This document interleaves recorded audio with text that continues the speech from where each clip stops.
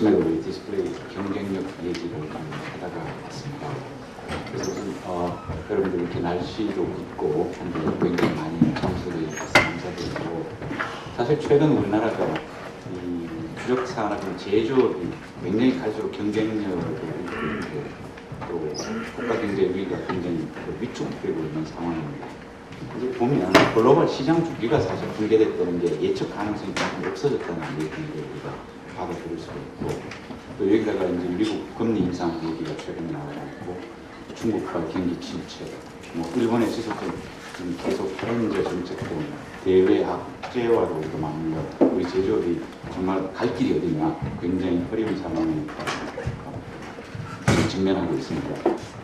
겉으로 보기 어려운 한국 주력 산업이 이제 공급망이 이제 우리가 붕괴 조짐이 있는데 굉장히 큰 이슈 중에 하나고, 대표적으로 이제 최근 얼마 전에도 우리 LG U+에서 화웨이 제품을 우리가 공급하기로 했다고 보는데, 스마트폰 시장이 사실 굉장히 최근에 추진 동력이었는데 경쟁력을 좀 잃고 있습니다. 불과 몇 년 전만 해도 대다수 제조업이 오랜 불황에 빠져 있었지만, 유독 스마트폰 시장만은 그래도 삼성전자가 단시간 내에 굉장히 큰 성장을 이루어왔고, 덕분에 후방에 포진한 우리 제조업 공급망도 성장을 했습니다.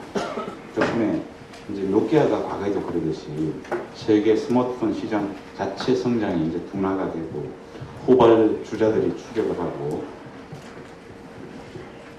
또 애플이 또 새로운 제품 계속 만들어내고 하면서 한국 스마트폰 생태계가 굉장히 갑작스럽게 우리가 이제 큰 충격을 이제 받고 있는 게 지금 현실입니다. 중국발 리스크가 한층 더 강도 높게 지금 다가오고 있고, 중국은 또 세계 최대의 시장이면서도 또 생산 기지로 요즘 투자를 해서 만들어가고 있고, 또 자본도 사회주의 국가가 자유경제 체제를 도입하면서 엄청나게 투자를 하고 있고, 이런 모든 것들이 공급 과잉에 이제 전 세계적으로 어떻게 보면 들이고 있는 그런 상황입니다. 특히 이제 우리 발광다이가 LED, LCD, 태양광 산업, 반도체 등 전 분야에 중국이 지금 엄청난 투자를 하고 있고, 아마 조만간 반도체 산업에 또 위기가 올 수도 있다는 아마 예측도 나오고 있습니다. 이런 가운데 우리나라 경제를 정말 이끌어왔던 제조업 분야에 특히 신규 투자, 고용 창출 효과를 기대하기가 굉장히 힘듭니다. 그래서 우리 지금 대통령께서 서비스 산업부터 다각도로 창조 경제에 필요한 속에서 투자를 자꾸 재촉을 하고, 거기다가 우리가 규제를 풀자, 그리고 청년이 일자리 창출하자, 이런 게 아마 화두로 지금 가지고 있습니다. 하지만 우리 이 대한민국의 어떤 희망이라고 할 수 있는 제조업이 세계 시장을 주도하는 반열에 그동안에 오르기까지 엄청난 저력을 보여왔고, 또 그런 저력들이 항상 위기가 없지는 않았습니다. 있을 때마다 그런 저력들을 우리가 원동력으로 삼아서 극복을 해왔고, 또 앞으로도 능히 그럴 거라고 저 개인적으로는 정말 큰 희망을 가지고 있습니다. 그래서 이제는 그런 어떤 돌파구를 찾아서 우리가 글로벌 지도를 바꿔갈지는 우리한테 주어진 이 숙명이고, 또 하나는 전 세계가 대한민국이 가고 있는 걸 지켜보고 있을 겁니다. 이런 가운데 오늘 주식회사 키미디어, 코리아 인더스트리 미디어 창단한 키포스터 그리고 키뉴스가 정말 정확하고 깊이 있게 한국의 산업 전문 지식하고, 그리고 새롭게 그런 걸 제공하기 위해서 새롭게 지금 출발을 한 첫 행사라고 기대가 됩니다. 그래서 앞으로 한국 산업이 세계로 뻗어나가는 길잡이 역할을 해주시기를 정말 부탁을 드리고, 그 일환으로 오늘 시작하는, 원래도 10년 사이클이 시작됐다가 마련된 것 같습니다. 그래서 이번 행사를 통해서 디스플레이 산업뿐만이 아니라 여러 다른 관련 산업 분야에서도 많은 지식들을 오늘 참석하신 분들께서 공유를 하시고, 앞으로도 서로 앞으로 깊은 대안을 나눌 수 있는 그런 자리가 계속 마련되고 행사가 진행되었으면 합니다. 이로써 개회사를 마치도록 하겠습니다. 감사합니다.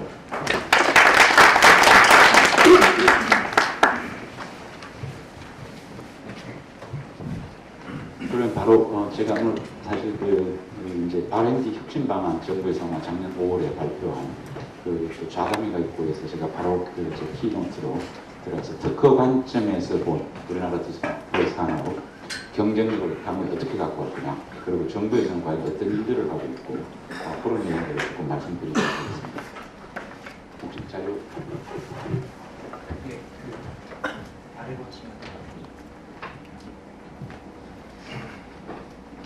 그래서 제가 오늘 말씀드릴 내용은 혹시 죄송하지만 제가 질문은 시간 관계상 제가 좀 못 받을 것 같습니다. 바로 사실 3시 반부터 또 좌담회가 바로 지난 R&D 정부 혁신 때문에 바로 이동을 해야 될 것 같아서 혹시 질문이 있으시고 하면 우리 저 킹포스터를 통하시면 저희 이메일 주소나 나머지 아마 자료들이 다 있을 거라고 생각합니다. 그래서 그때 좀 개인적으로 좀 이메일 질문을 제가 받도록 하고요.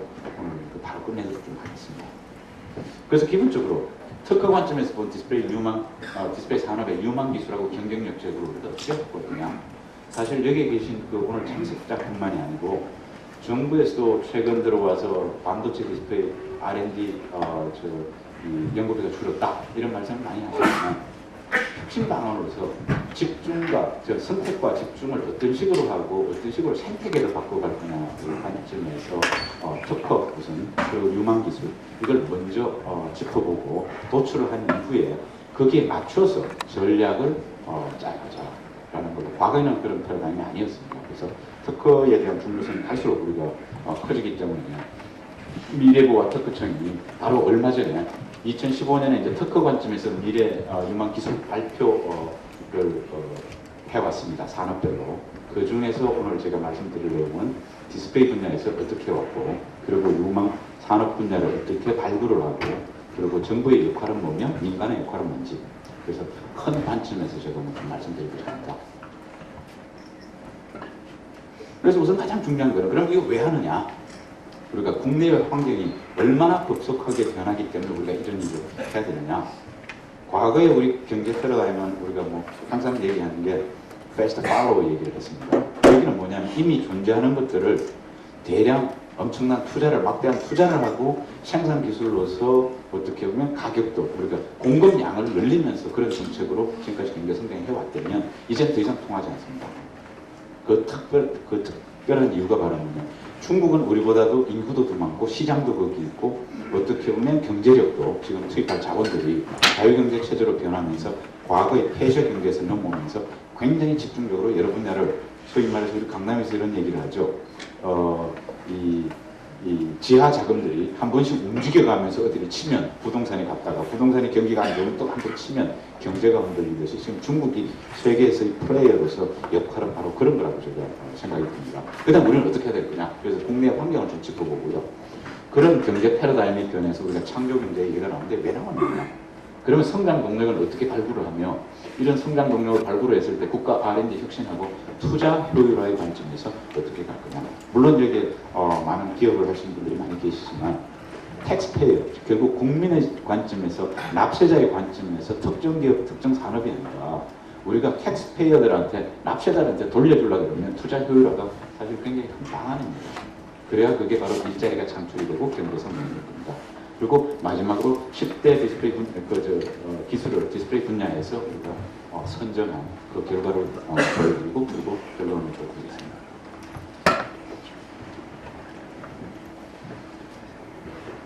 그래서 국내의 환경을 우선 간단하게 보면 우선 저성장에다가 우리가 고용 부진이 사실 가장 지금 큽니다.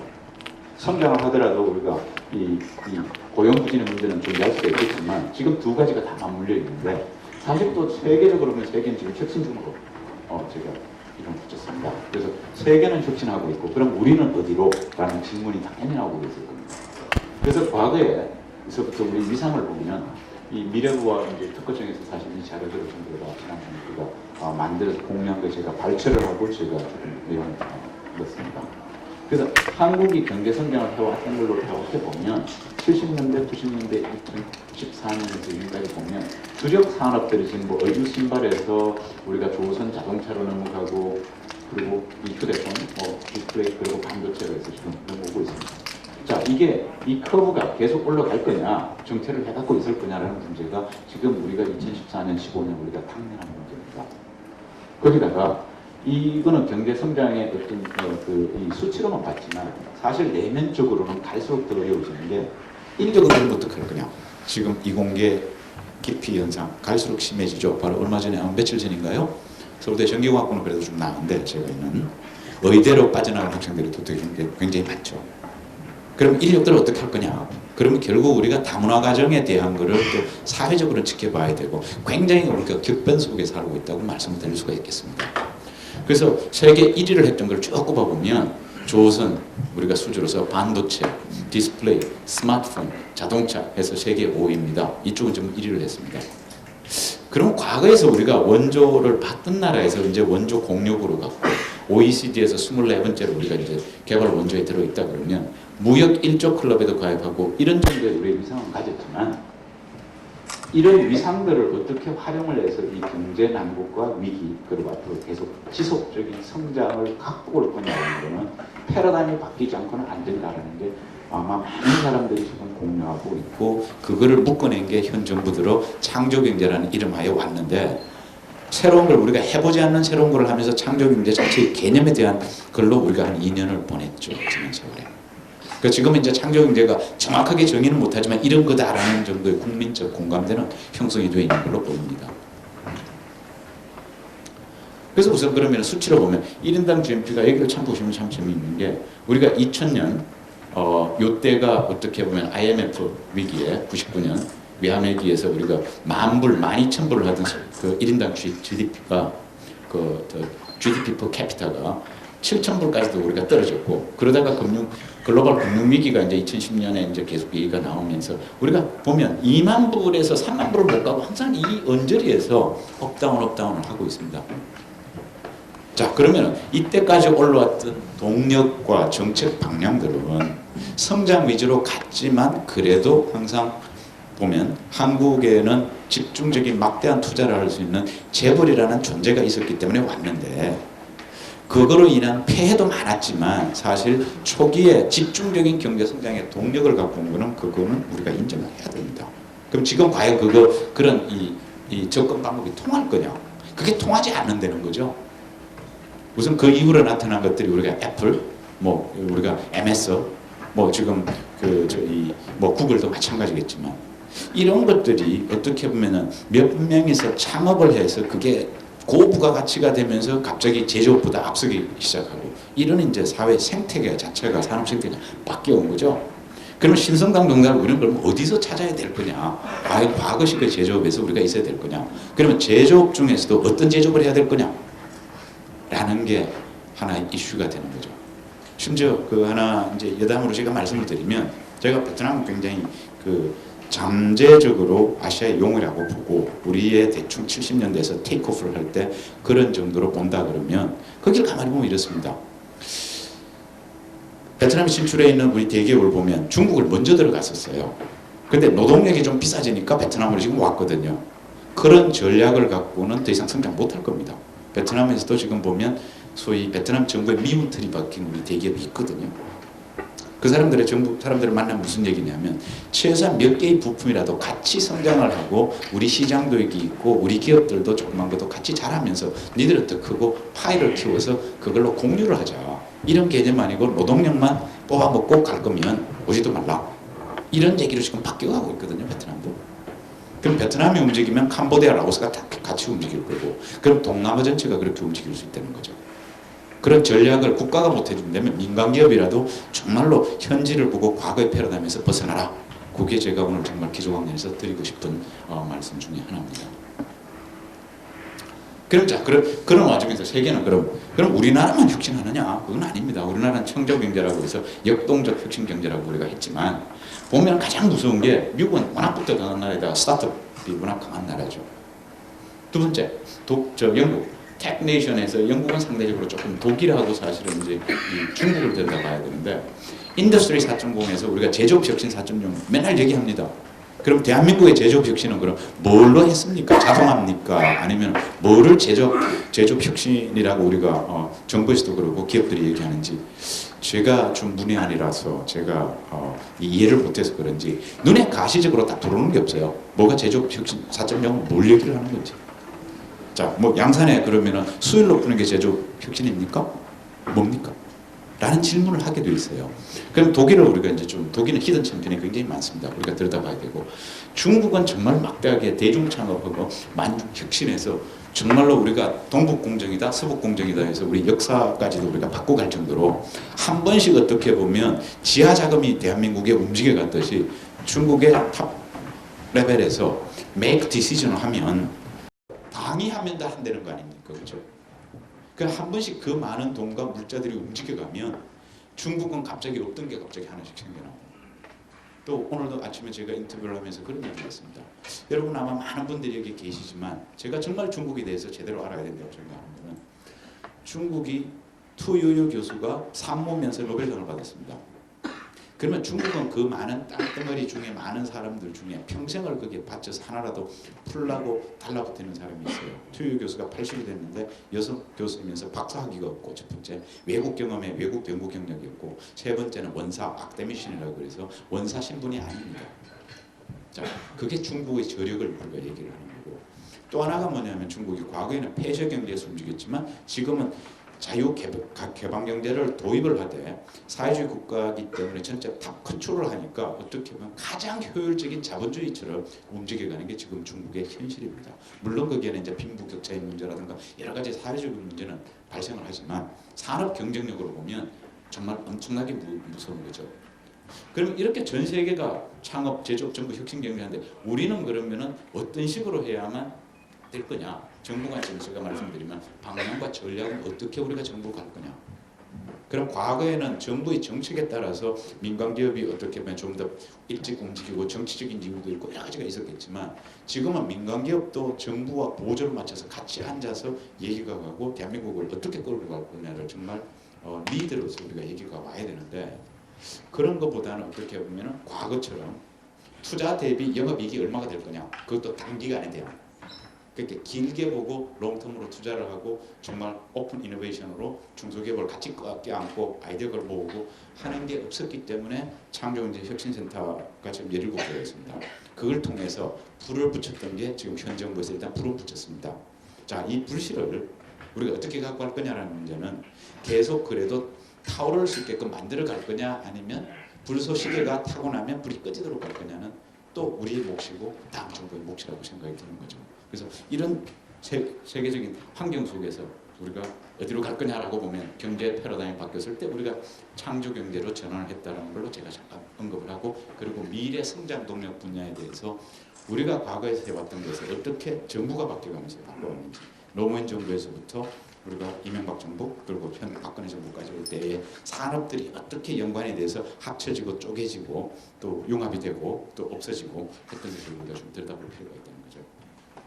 그래서 핵심은 이겁니다. 창조경제 이럴 때 굉장히 막연했지만 사실은 아이디어나 창업을 바탕으로 한 겁니다. 사실 이제 이 얘기는 원래 영국에서 우리가 이제 창조경제 문화 쪽에서 우리가 도입을 하고 국가로 창업경제 혹은 창업국가라 그러면 그건 이스라엘입니다. 주로 이제 국책연구소 역할이 와이스만 인스티튜트 같은 경우가 이제 사실 굉장히 컸고요. 그리고 요즘 와서 이제 프라운호프 얘기를 많이 하는데 이제 독일에 그런 정도로 결국은 뭐냐면 우리의 아이디어, 무형적인 자산을 유형으로 우리가 만들어내면서 그게 실제적으로는 좋은 일자리가 창출되고 경제 성장이 되지 않느냐. 그러니까 생각이 돈이다. 제가 이렇게 딱 그냥 저는 한마디로 정의를 하겠습니다. 뭐 여러분들이 들어보신 분도 있고 안 들어보신 분도 있고 생각이 돈이다. 자, 그 생각에 여러 가지 생각이 있지만 생각을 돈으로 바꾸기 위한 그 프로세스 중간 과정은 아마 고통스럽겠죠. 어느 게 돈이 될 건지 아무 생각이나 다 돈이 되는 건 아니죠. 그렇지만 최소한 생각이 돈이다라는 큰 틀 속에서 우리가 움직여보자 라고 말씀을 드릴 수가 있고요. 그래서 생태계를 우선 만드는 게 가장 크고요. 생태계가 만들어지면 그 중에 몇 개는 이제 신산업과 신시장이 창출될 수 있을 정도로 우리가 오는 거 아니냐. 과거에 제가 이런 얘기를 했습니다. 향기 나는 TV 참 생뚱맞죠. 텔레비 향기 나서 뭐 할 건데. 그렇지만 정말로 선물 배달이 왔을 때 정말 멀리서 못 보냈을 때 꽃 배달이 오는 시간 띵동하고 눌렸을 때 TV에서 향기가 나온다면 뭔가 우리가 다양하게 생각해 볼 수 있는 거 아니냐 얘기죠. 꼭 성능으로만 우리가 보지 말고. 왜 그러면 아이폰하고 우리가 삼성의 정말 그 세계 기능으로 그렇게 앞섰는데도 왜 우리가 이기지 못했냐? 그 물건을 쓰는 사람은 누구죠? 사람이거든요. 사람은 뭘 가졌죠? 감성을 가졌거든요. 그럼 소비자 관점에서 감성을 갖고 내가 마음이 끌려가야지 이게 우수하다고 해서 성능이 우수하다고 해서 무조건 살 거냐? 그건 아니라는 거죠. 그래서 제가 그런 얘기를 했습니다. 심리학하고 인문사회 중에서도 심리학하는 사람, 미술 디자인하고 이렇게 산업 디자인하는 사람은 뽑지 말고 사람의 심리를 파악을 하고 어떻게 보면은 TV에다가 제품 성능이 좋다고 홍보하지 말고 오히려 학생들이 모이고 우리 고객이 될 만한 사람들한테 가서 설문조사하고 물어보고 이런 거 있으면 좋겠냐? 저런 거 있으면 좋겠냐? 라고 모으는 게 맞는 거지. 수업식 들어서 TV에서 홍보하는 게 그러면 제품 성능 좋다고 하는 게 맞는 거냐? 심리학하는 사람 불러라. 라고 한 게 제가 한 5, 6년 이상 됐습니다. 바로 뭔가 우리가 생각을 바꾸자 얘기죠. 그게 제가 오늘 좀 드리고 싶은 말씀이고요. 자, 이거는 이제 우리가 역사입니다. 어떤 시대적인 변화로 보면 이제 참여정부, 노무현 정부 때 MB 정부, 그리고 MB 정부는 이제 우리가 그린 테크놀로지라고 우리가 얘기를 했죠. 지금 이제 그린 테크놀로지 이름이 다 빠졌지만 사실은 굉장히 중요한 거죠. CO2 지금 문제, 불란서에서 우리가 그런 얘기를 했다시피. 자, 박근혜 정부 들어왔을 때 보면 이제 각 개수마다 우리가 산업들을 이렇게 그 디스플레이 차세대 반도체에서 이때까지 아마 저 G7 뭐 그러고 저 21세기 프론티어 사업에서 아마 반도체 디스플레이에 관련 종사하고 계시는 교수님들이나 뭐 그 기업이나 아마 많은 베니핏을 얻으셨을 겁니다. 왜? 반도체 디스플레이 우리가 가야 된다고 얘기를 했거든요. 근데 그런 반도체 디스플레이라고 했던 게 이제 융합으로 점점 얘기가 나오면서 말은 줄어들고 융합 시스템에 쓰이기는 하는데 요 말 자체가 점점 다 희소 가치가 없을 정도로 우리가 변했어요. 근데 기업은 디스플레이하고 반도체 쪼개갖고 따로따로 산업으로 계속 성장시키겠다고 그냥 그렇게 방향을 정하고 있고 세계적인 트렌드와 정부는 IT 융합 시스템에 이게 녹아 들어가 있어야 된다고 얘기를 하는 거고 또 거기다가 방송통신도 사실은 디스플레이 없이 우리 TV 스크린 저 화면 저 기기가 없이 영상 기기가 없이 우리가 볼 수 있는 건 아닙니다. 그럼 말은 아직도 우리가 자꾸 이렇게 나누지만 그게 이제 이쪽에 보면 아예 없습니다. 어디로 있냐면 전부 다 여기 가다 보면 실감형 콘텐츠, 착용형 스마트 기기, 웨어러블로 이제 슬슬 움직여 오는 거죠. 그럼 우리가 정부에 어떻게 뭔가 해당 과가되든 뭐 하는 것도 이렇게 어떻게 움직여 가서 뭘 해야 되는지가 있어야 되는데 아직도 우리 정부에서 실제로 담당 이제 하는 부처의 관점에서 보면 아직도 여기에 매달려 있죠. 아직 변하지 않고 있는 거죠. 세계는 이렇게 변해가고 있는 겁니다. 그래서 박근혜 정부에서 미래 성장 동력을 4개 분야에 19개 산업을 우리가 잡았을 때 갑자기 이게 반도체는 지능형 반도체라고 앞에 수식으로 하나 갖고 있고요.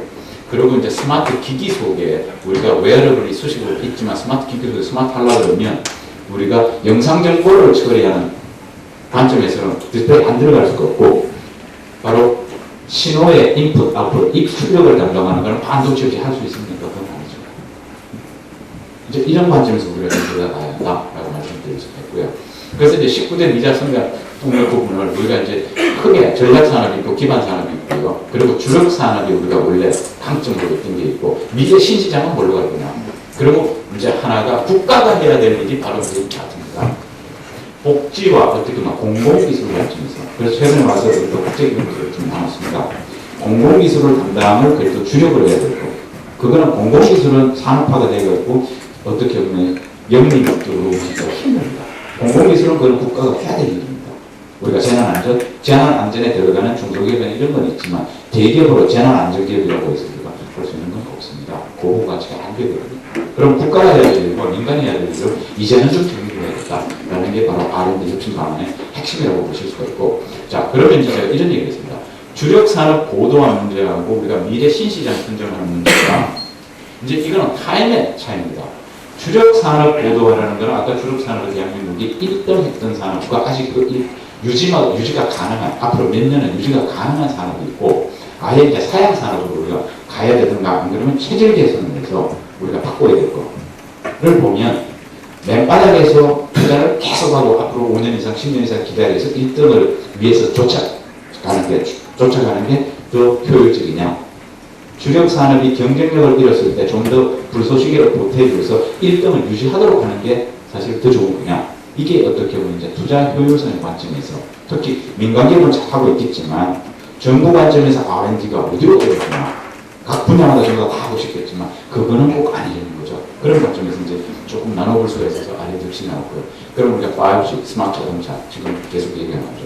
근데 여기 가만히 보시면 오늘 이 반도체 디스플레이 아마 하시는 분들 굉장히 많겠지만 실제로 이런 건 없어요. 근데 스마트 자동차에서 우리가 카메라가 들어가고 화상 정보 처리 안 하는 사고 나죠.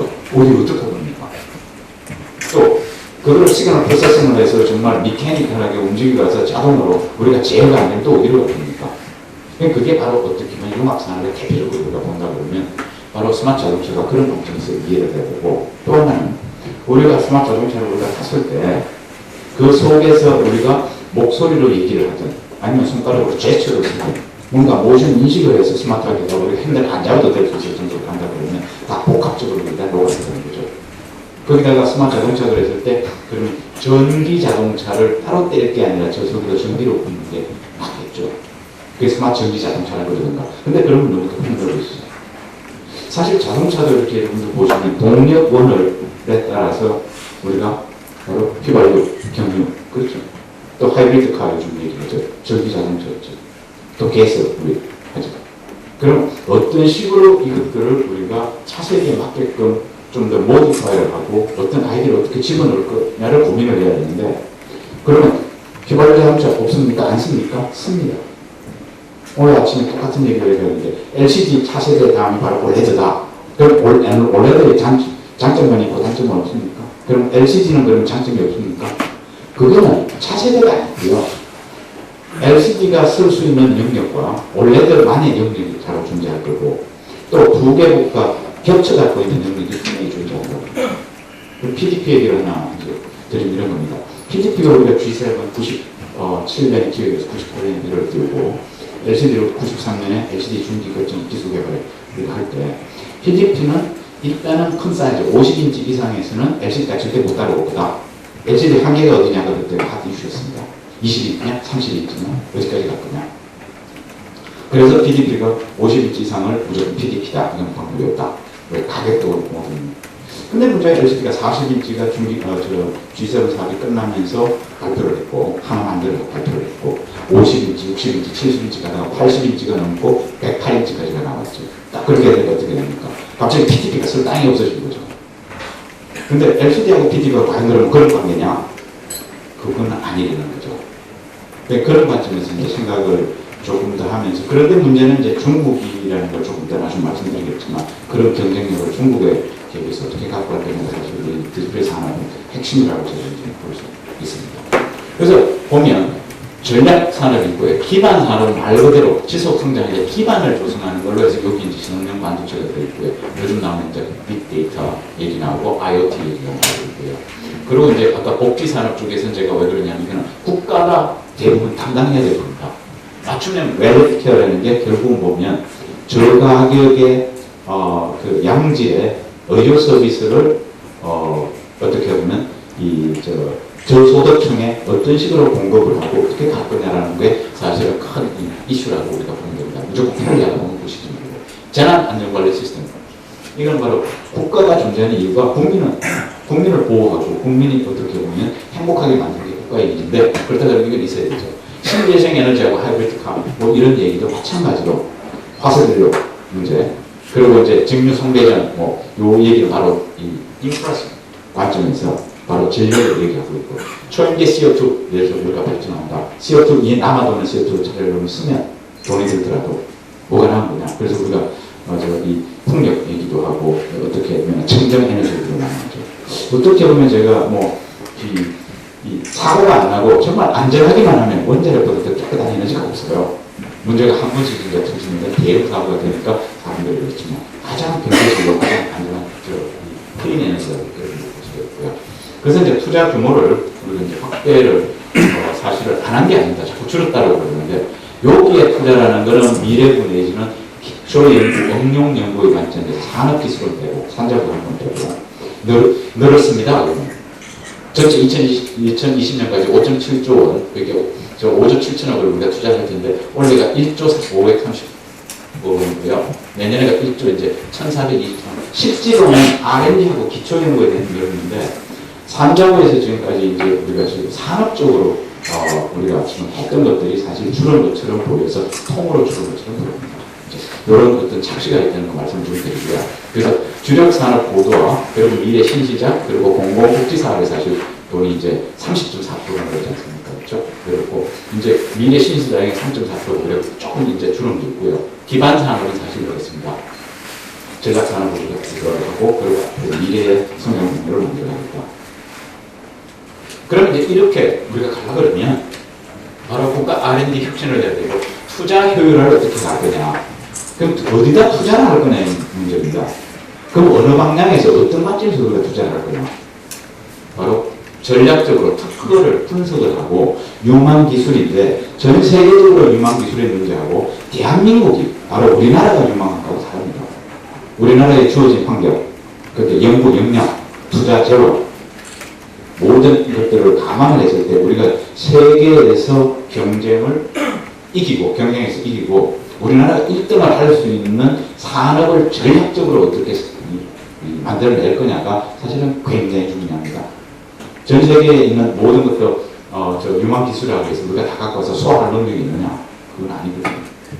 그래서 바로 그런 관점에서 전략적으로 R&D 특허를 분석을 해서 대한민국의 연구 역량과 환경에 맞는 걸로 골라서 우리가 가겠다. 자, 그래서 13대 미래 성장 동력 종합 경쟁력에 대한 분석을 특허 관점에서도 우리가 들여다보고 그 중에서 오늘은 디스플레이 쪽에 어떻게 골라서 어떤 식으로 갖고 거기다가 우리가 어떤 형태로 특허를 하시는 분과 우리가 전략위원회에서 전문가가 있을 거고 그래서 또 기업에 계신 분들도 굉장히 많습니다. 그랬을 때 비록 특허 관점에서는 지금 현재에서 3순위, 4순위지만 대한민국 역량을 생각하면 이거는 꼭 키워야 된다 라고 할 수 있는 것들을 골라서 10개를 오늘 드리는 걸로 제가 말씀드리겠습니다. 그래서 여기 보시면 자, 추진 체계를 우리가 효율을 하겠다 라고 했을 때 지금까지 미래성장동력위원회나 추진단 190명이 됩니다. 협력 부처가 전부 존재해서 정부 차원에서 우리가 큰 그림으로 미래성장동력을 우리가 내다보고 그 중에서도 전략적으로 R&D 특허를 세부 기술별로 우리가 어떻게 만들어 갈 거냐 그 전체 큰 분야를 얘기하는 겁니다. 하나 예를 들면 글로벌 기업의 R&D 투자 현황하고 특허 전략을 다 분석을 해서 차경량 스마트 기기, 우리 웨어러블 이제 스마트 디바이스라고 한다 그러면 애플, 구글, 또 스마트카라 그러면 도요타나 테슬라 같은 테슬라 지금 저 한국의 법인 만들었죠. 이게 뭐냐면 전기자동차. 우리나라는 이 주행 거리를 보면 상대가 안 되죠, 테슬라. 그리고 지금 전 세계적으로 아마 3만 대 벌써 주문이 들어갔다 그러죠. 그럼 이런 유망 제품들도 보고 이런 것들을 통해서 핵심 특허 확보를 위해서 기술 전략 방안도 우리가 만들어냈고 여기에 맞는 걸로 전략적으로 R&D를 투입을 하겠다 라고 하다 보니까 지금까지 해왔던 전체의 방향들이 많이 이제 쉬프트가 되고 정말 이 성과 정신으로 우리가 R&D를 하겠다라는 게 지난 5월에 발표됐던 국가 R&D 혁신 방안 그 주소자까지도 우리가 마무리되어 있는 거죠. 그러다 보면 결국 뭐냐면 대기업보다는 대기업은 스스로 알아서 또 잘할 수 있으니까 이거는 그걸 해라 라고 임무를 맡기는 거고 정부는 그러면 중소기업 중에서 핵심이 되고 정말 성장 잠재력이 있는 대신에 좀비기업은 전부 다 정리한다. 지금까지 생계형으로 계속 존재하면서 질질 끌고 왔던 기업들은 다 정리한다. 중기층에 그런 미션이 떨어졌죠. 이제는 성장 잠재력이 있고 앞으로 어떻게 보면 이런 정책 방향과 우리가 같은 방향을 갈 수 있는 쪽으로 우리가 좀 더 집중하겠다. 이제 이런 관점에서 좀 생태계를 바꾼다. 이렇게 보시면 될 것 같습니다. 그래서 특허 이제 전략청사진을 이제 구축하는 게 미래부와 특허청이 이제 같이 협업을 해서 하고 있고 거기는 한국 지적재산원에 위탁을 주고 그 아래에서 변리사와 전문가들이 모여서 분야별로 지금 작업을 해서 원래 그 5개가 분류됐습니다. 그래서 과거하고 이제 이 두 가지를 보고 이게 활용할 거를 이제 보시면 과거에는 유망기술을 도출을 우리가 이제 먼저 유망기술 이런 거 보니까 전 세계적으로 하더라. 그러니까 쫙 뽑아요. 그럼 그 중에 또 유망기술 이런 게 있더라. 그러면 그때서야 이제 특허를 뒤져보고 어떻게 되고 해외 배경이 어떻고 이런 게 먼저 했습니다. 이제는 조금 바꿔서 그게 아니라 특허를 먼저 쫙 깔아놓고 그 특허 중에서도 지금 부상성이 있고 경제성이 있고 계속 최근에 출원이 많이 되면서 뭔가 떠오르고 또 떠오르는 것 속에서도 과연 이게 유망 기술로서 대한민국에 맞느냐 안 맞느냐를 거꾸로 조금 정리를 하자라는 게 지금의 방법입니다. 과거는 그렇지 않았습니다. 어떻게 보면은 이제 기술 개발에 유망 기술 만들어 놓고 정부가 추천해서 하면 우리가 저 델파 방법으로 우리가 도출하고 있지만 지금 그게 아니고 IP 전체를 아예 놓고 어떤 산업 분야는 먼저 정해져야겠죠. 그 안에서 IP를 전체로 분석을 하는 이게 이제 가능했던 게 우리가 이제 빅데이터에 우리가 핸들링하는 메소돌로지가 만들어지고 하면서 어떤 이슈들을 집어넣었을 때 웨이트 비중을 두고 먼저 우리가 해서 그걸 갖고 그다음 그걸 분석을 해서 유망 기술 거꾸로 만들어내고 대한민국의 그런 기술들은 이게 필요하다. 그러니까 탑다운 방법으로 개발해야 되고 교육성을 갖고야겠다. 이제 이렇게 우리가 정리가 되고요. 그럼 그런 분석에서 유망 기술 도출하면 특허 선정 전략을 국가 특허 전략 청사진을 우리가 만들어서 앞으로 계속 그렇게 가겠다. 라는 게 이제 큰 패러다임을 우리가 갖겠다고 볼 수 있습니다. 그래서 보면 특허 지표 이제 분석하는 뭐 여러분들은 특허 특기 관련 문제를 많이 하실 텐데 특허 활동력, 점유율, 대한민국이 분야별로 경쟁이 있지만 대한민국이 특허 점유율을 얼마나 하고 있느냐. 즉 우리의 강점이 뭐냐. 과거에는 그저 좋아 보이는 걸 우리가 해보자라는 관점이지 그게 아니라 우리의 역량에 맞춰서 우리가 잘하는 부분을 더 집중해서 1등 산업으로 가야 된다는 거죠. 세계 1등 기업하고 1등 산업하고 2등 산업하고는 전혀 차이가 다릅니다. 말로는 2등인데 실제로 퍼포먼스로 보면 전혀 다르죠. 또 주요국에 우리가 특허를 얼마로 활용했고 사실 논문처럼 특허의 피인용도도 되게 중요하죠. 특허의 피인용도라는 거는 그만큼 그 특허가 중요하기 때문에 그 기술을 피하기 위해서 하고 있는 것들 의미하기 때문에 그렇고 그리고 이제 기술 장벽 그리고 해외 출력 규모 이런 것들을 다 종합적으로 해서 우리가 영역을 뭐 이 분야별 기술의 경쟁력하고 한국의 경쟁력하고 봤을 때 분야별 기술 경쟁력은 어떻게 보면 기술 경쟁력도 높고 우리가 한국의 경쟁력도 높다 그러면 적극적으로 이거는 전 세계가 다 뛰어드니까 적극적으로 시장을 선도하는 기술이 될 거고 또 하나는 한국은 가는데 분야별 기술 경쟁력은 되게 낮다 그러면 이거는 빨리 해서 사업화해서 상중력이 한국이 높을 때 빨리 기술화해 사업화해서 우리가 가야 되는 경우입니다. 그리고 이제 선별적으로 중간에 능력으로 있을 거고 그리고 기술 개발에 우리는 없는데 기술 경쟁력이 앞으로 굉장히 높아 보이는데 대한민국이 지금 없어요. 이거는 투자를 해야 되는 거죠. 저 기술 개발을 지금 하겠다. 이제 이런 관점에서 우리가 크게 이제 분류를 좀 보자. 그래서 분류를 하게 되고요. 그러다 보면 이제 결과를 먼저 말씀드리면 스마트 자동차, 5G, 3G, 세 번째 심해 뭐 지능형 로봇에서 이렇게 줄친 약간 이렇게 네 가지, 다섯 가지 지능형 반도체 합쳐서 얘들 어디냐면 가운데 있습니다. 지금 한국의 경쟁력도 뭐 5등급을 하나 경쟁력도 5등급이고 기술의 경쟁력도 상당히 4, 5등급 수준이 있는 1, 4, 13분이 되죠. 스마트 자동차, 지능형 로봇, 그리고 14, 빅데이터, 빅데이터 13분. 그럼 10분은 뭐냐? 10분은 뭐 한국의 경쟁력은 꽤 높은데, 이 기술 경쟁력 자체도 꽤 높지만 한국의 경쟁력이 오른쪽으로 갈수록 1등으로 가니까 지능형 반도체가 좀 더 7번보다 맞춤형 멜리케어보다는 좀 더 앞서 있다. 자, 이 경우는 어떻게 될 거냐? 2번. 5G 이동 통신은 한국의 경쟁력도 높고 기술 경쟁력에 어차피 5G는 전 세계가 매달려서 우리가 표준화로 선점을 해야 되고 정말 가야 될 길이다. 그래서 이 상위에 있는 것들 이제 5번, 6번이 좀 있습니다. 5번 차광용 스마트 기기는 결국 뭐냐면 우리나라가 디스플레이 강국 세계 1등에 해왔었습니다. 그리고 우리는 빨리 발빠르게 일로 움직이지 않으면 테레비를 만들고 노트북, 모니터를 만들고 해서 그걸 중국한테 다 줘야 된다는 거죠. 부가가치가 그만큼 낮다는 거죠. 부가가치가 높은데 우리는 발빠르게. 그래서 제가 말씀드리고 싶은 게 많은 사람들이 무슨 기술을 개발하면 돈을 벌어질까요? 그게 이제 기업들이 얘기하는 거거든요. 제가 이런 얘기를 했어요. 중국이 하고 뛰어들려고 그랬을 때 참 이 디스플레이 쪽에 오늘 많은 분들이 계시지만 중국이 디스플레이 산업, 올레드가 아니라 품목으로 보지 말고 디스플레이 산업을 국가적으로 키울 때가 투자를 딱 시작했을 때 벌써 그 대비책을 우리는 고민을 했었어야 돼요. 근데 사실 그때 고민이 아니라 시장 자체가 이제 리스판스가 이렇게 되고 어려워지니까 지금은 위기다라는 얘기가 나오거든요. 사실 중국이 투자를 딱 할 때 벌써 그때 위기가 시작이 됐다고 저는 생각하거든요. 그럼 어떻게 극복할 거냐 대응책도 있어야 돼요. 저는 이렇게 봐요.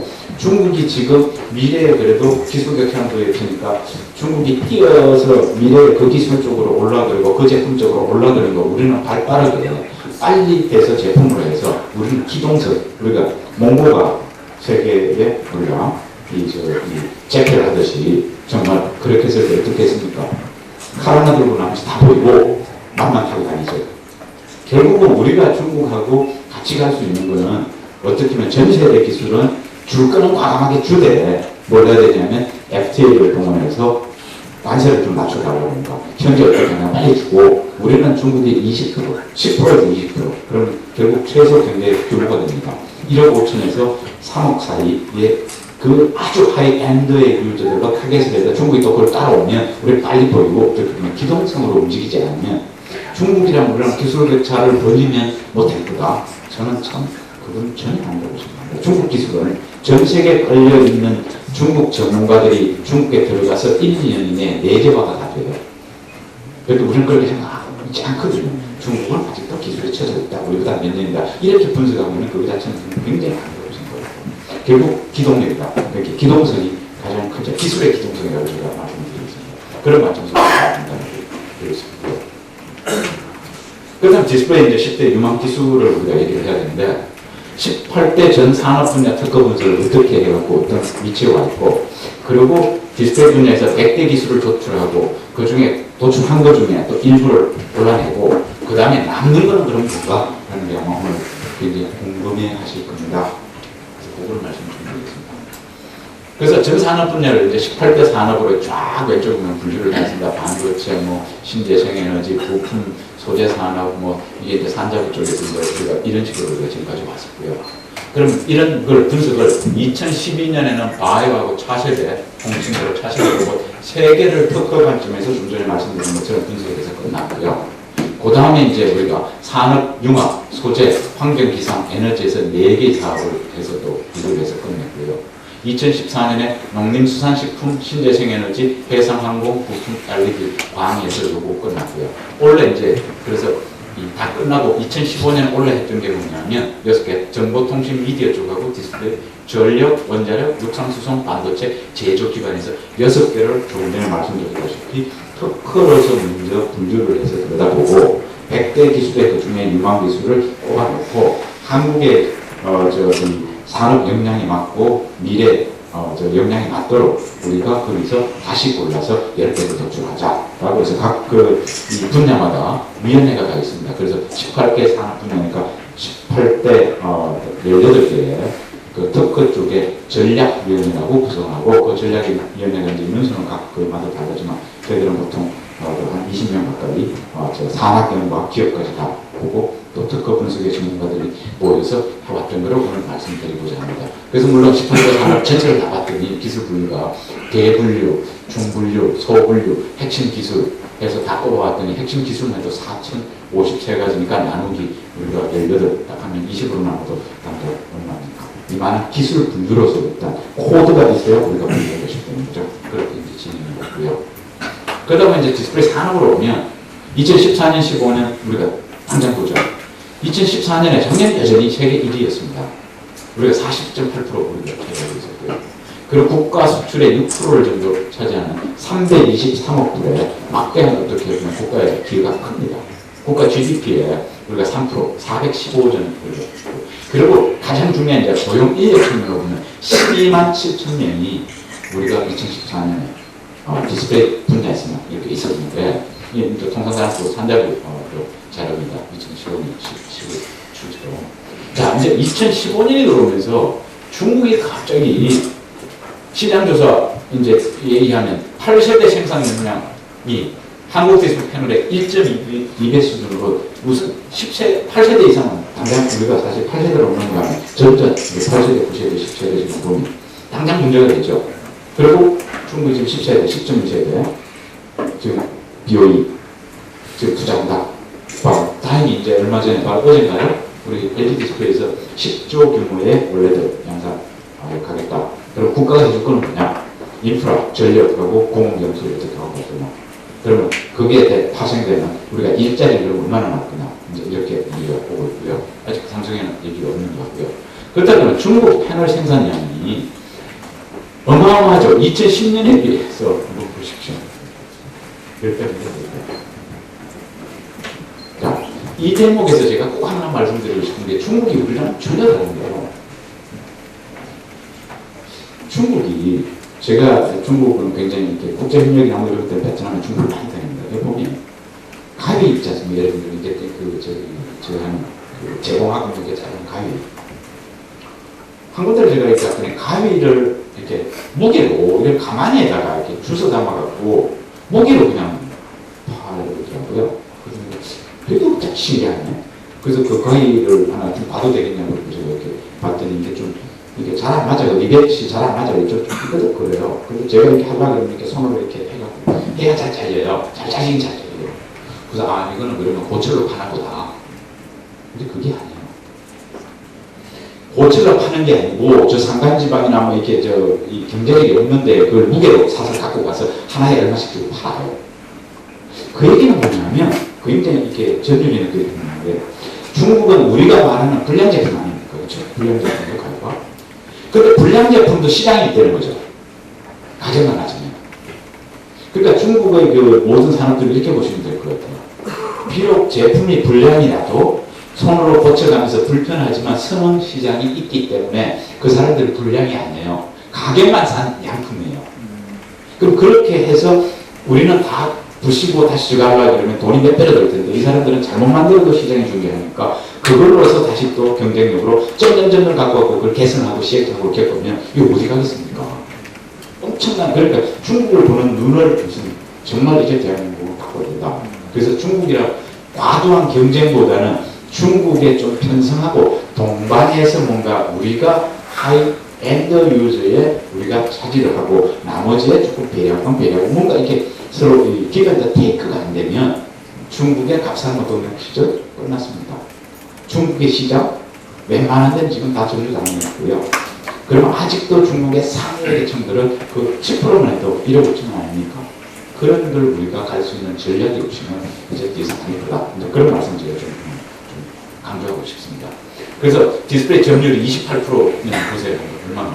그럼 미래는 앞으로 점점 더 그걸 끌어내는 거거든요. 그럼 대한민국이 1위를 유지한다는 전략이 과연 양적으로 1위냐 아니면 대한민국 투자 대비 가장 효율성으로 봤을 때 정말 고부가 가치로서 고부가 가치율로 우리가 1위를 할 거냐. 이 1위라는 것도 이제는 양적인 관점에서 마켓 쉐어의 이 시장 점유율로 해서 한 시대는 이제 아닐 것 같다라는 생각을 제가 좀 하겠습니다. 그래서 이제 국가별로 보면 뭐 마찬가지로 뭐 미국, 일본에서 이런 여러분들이 다 아시는 얘기고 가장 큰 건 이제 중국입니다. 그래서 이제 우리나라 R&D 역량으로 차세대 기술 선점은 필요한데 이제 어디로 가야 되느냐가 이제 가장 어려운 거죠. 그래서 출발한 게 특허 사업에 청사진을 우리가 만들어서 디스플레이 기술에 대한 IP 확보. 사실 지금도 삼성이 사실 우리 애플이랑 지금 아직도 계속 소송 중이죠. 그 제품 잘 만들고 돈 넣어서 지금 가는 게 아니라 정말 원천 기술 내지는 개념에 대한 IP 확보가 정말 어떻게 보면 앞으로의 미래를 잡아온다. 국가의 어떤 경쟁력들 또 더 나아가는 국가의 경쟁력을 그리고 개인 기업들의 저게 할 거다. 라는 그거는 뭐 분과적 일입니다. 그래서 바로 어떻게 보면은 원래도 마찬가지입니다. 중간. 근데 다행히 원래는 하나 일본이 이제 사실은 이제 LCD가 92년에 시작할 때 우리가 기술 격차가 거의 4, 5년 이상이 났습니다. 우리 정말 시행착오 겪어가면서 지금은 다 아시고 계시겠지만 폴리미드 뭐 어떤 종류가 좀 많습니까? 그걸 러빙만 하면 액정이 배양되는 줄 알았는데 폴리미드 종류마다 다르고 어떤 거는 불이 번쩍번쩍하고 어떤 거는 배양이 잘 안 되고 뭐 이런 걸 우리가 몰랐거든요. 그런 시절이 있었습니다. 제가 92년에 한국으로 왔을 때 그러고 있었거든요. 근데 일본은 벌써 기초에 후공정 쪽에 다 하고 있었고 그런데 특허는 또 다 걸리고 또 재료 원부자재는 또 뭐냐면 일본에서 다 갖고 와야 되고 그런 어려운 시절들을 정말 그때 첫 라인을 깔 때가 2,500억 정도가 한 라인이 된다고 했습니다. 그 양산을 우리가 라인을 깔 수 있었던 거는 참 아까 말씀드렸다시피 재벌이라는 독특한 존재가 있었기 때문에 가능했지 미국은 그걸 못합니다. 주주들이 그냥 안 했죠. 2,500을 날릴 수도 있는 거예요. 그걸 안 하는 거죠. 그런 어떻게 보면 한국 내 독특한 어떤 우리가 지뢰 구조에서는 산업 생태계가 그래요. 이제 어느 게 더 이상 안 통한다는 게 이제 가장 요번에 우리 삼성의 그 합병할 때도 그런 문제가 생기죠. 그냥 안 줄입니다. 이제 그런 문제들을 우리 정말 선진국으로 가는 길목에 서 있다라는 관점에서 우리가 정말 봐야 될 거다. 그래서 특허에 대한 거를 조금 말씀드리고요. 그럼 여기는 뭐 간단하게 그냥 지나가 있습니다. 크게는 우리가 뭐 LCD부터 OLED부터 했는데 옛날에는 LCD, OLED, PDP다 뭐 플렉스블도 다 했지만 주력으로 LCD, PDP를 두 개를 꼽고요. 그리고 하나 플렉스블에 대한 건 아까 웨더블 주기 때문에 제가 플렉스블을 따로 꼽았습니다. 그래서 제가 뭐 한 건 아니지만 제가 위원장으로서 우리 전략위원님들도 다 동의를 하셨고 그리고 또 하나가 이제 차라리 그런 미래 정보 표시에서 3D도 있고 투명 디스플레이도 있고 센스 통합하고 이런 것들 다 통으로 그냥 집어넣자. 미래 정보 표시 기술을 집어넣자. 그래서 하나를 통으로 꼽아버렸고 3D를 따로 붙지는 않았습니다. 이 속에 3D가 중분류로 들어오고 그리고 이제 공통 기술이라는 게 바로 백플레인에 우리가 공정을 하고 뭐 글라스에다가 TFT로 우리가 할 건지 플라스틱을 할 건지 이런 거는 어느 디스플레이 없이 다 공통으로 쓰이는 겁니다. 그래서 공통 기술이라는 분야를 우리가 하나 뽑았고요. 그러면 특정 장비도 들어갈 수 있고 디스플레이 구동도 들어갈 수 있고 백플레인에 우리가 기판 공정 모든 것들을 이리로 집어넣어서 크게 5개로 이렇게 조금은 과거와 어쨌든 어떻게 보면 기술의 PDP다 따로 이런 기술로가 아니라 실제로 제품에서 우리가 필요할 때 공통으로 해야 되는 거예요. 이게 왜 필요하냐면 이 공통에 있는 부분들이 중소기업들이 예를 들어서 장비를 하든 부품을 하든 소재를 하든 분명히 중소기업이 사실은 굉장히 거기서 얻기가 쉽습니다. 장비를 하더라도 PDP 장비 따르고 뭐 따르고 뭐 따르고 이렇게 공통으로 있는 걸 개발을 못하면 중소기업은 그거 맞추기 힘들다 보면 개발을 해도 시작성이 없어요. 그러다 공통 장비를 먼저 중소기업이나 부품 소재 기업들이 개발을 해주면 어떻게 보면 어느 디스플레이 하더라도 다 들어가야 되기 때문에 그런 관점에서 조금 더 신경을 쓰는 거예요. 그러면서 이제 그 구축을 하되 유망 이제 그 후보 유망 기술을 우리가 100개 정도로 우리가 선정을 하고 그리고 유망 기술을 선정을 우리가 하는데 100개를 10개로 축소를 해서 일단 가죠. 그럼 100개에서 10개를 가기 위해서는 그럼 우리가 어떤 팩터들을 인자들을 집어넣어서 시뮬레이션 할 거냐 라는 게 이제 핵심입니다. 그리고 유망 기술 선정을 10개를 한 이후에는 이 유망 기술에 대해서 전략 기술 로드맵 전체를 만들어서 이런 민간에도 주고 어떻게 보면 그걸 하나의 그 다큐멘테이션으로 만들어서 중소기업에도 우리가 지원해 줄 수가 있고 정보 R&D 우리가 그 전략을 만드는 거 우리가 쓰는 IP 전략 기술 로드맵을 10개의 기술에서 쫙 만들어서 이게 대한민국이 각 산업마다 가야 할 길입니다. 기술적인 관점에서 라고 제시할 수 있는 큰 틀을 만들고요. 그게 IP 전략위원회가 이제 각 분야마다 이제 하나씩 다 있습니다. 그래서 저희 위원들께서 저와 그리고 이제 특허 지재원하고 모여서 이제 했던 일이고요. 그렇게 하다 보면 여기 이제 리스트들이 좀 나와 있습니다. 그래서 1영역, 2영역은 바로 어떻게 하면 우선적으로 해야 될 것. 거기다가 뭐를 고려를 했냐면 1영역, 2영역에서 전략적 R&D 특성화를 해야 되고 그리고 핵심 기술이고 그리고 여기에 R&D 공략으로 앞으로 해야 될 일들 해서 31개, 162개 뭐 이렇게 개수가 되게 많은데 여기서 이제 고르는 자금 저희들이 어떻게 할 거냐면 기술 성장 주기도 좀 보고 돈 넣고 오래 기다리고 뭐 계속된다 그러면 공공기술처럼 국가가 해야 되는데 민간에 우리가 창조경제로 구성하려고 그러면 주기도 봐야 되고 또 하나는 전략위원들께서 보시기에 지금까지 그만큼 전문가라서 오랜 기간 디스플레이를 연구해본 분들이 보시기에 필요한 기술들은 그래도 추가를 하고 나머지는 가급적 우리가 특허 관점에서 우리가 분석을 하는 걸 우리가 정리하자. 그래서 이제 100대이면 여기 약점 서론 하나 160하니까 거의 또 193개입니다. 이 중에서 100대로 골라보자. 그랬더니 이제 우리가 LCD 기술, OLED 기술에서 LCD는 상대적으로 지금 완성된 기술을 빼고 나면 얼마 남지 않고요. OLED가 꽤 많고 플렉스블에 상당히 있고요. 미래 정보 표시는 아직 오지 않았지만 미래 정보에 19개 그리고 공통 기술에서 13개 우리가 같이 있습니다. 옥사이드 탭, 우리 투명한 거 필요하지만 아직도 어떻게 보면 드라이브 쪽 뭐 이런 것들을 우리가 터치, 우리가 내재 기술 뭐 이런 거를 해서 다 집어넣어서 이렇게 해서 다 합쳐보면 이게 193개의 기술을 씁니다. 자, 그럼 어디서 몇 개를 어떤 식으로 골라야 될 거냐라는 게 이제 그 다음 숙제입니다.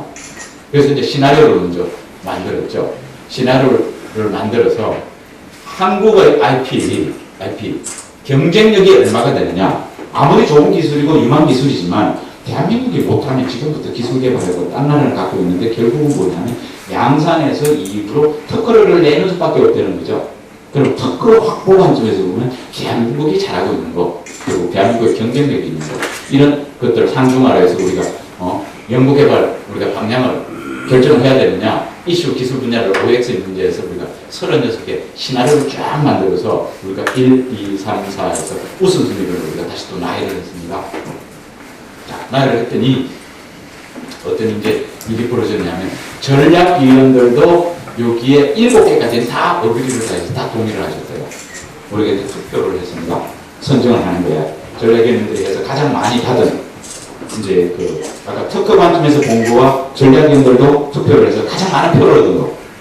그걸 했더니 고색 재현을 위한 퀀텀과 터치 센서 내재화, 그리고 인캡츄레이션의 원래도 플렉시블 무기 테이프 백플레인, 그리고 투명 디스플레이 제어하는 기술, 다기능 일체형 슬럼, 그리고 옥사이드 테이프에서 다 있습니다.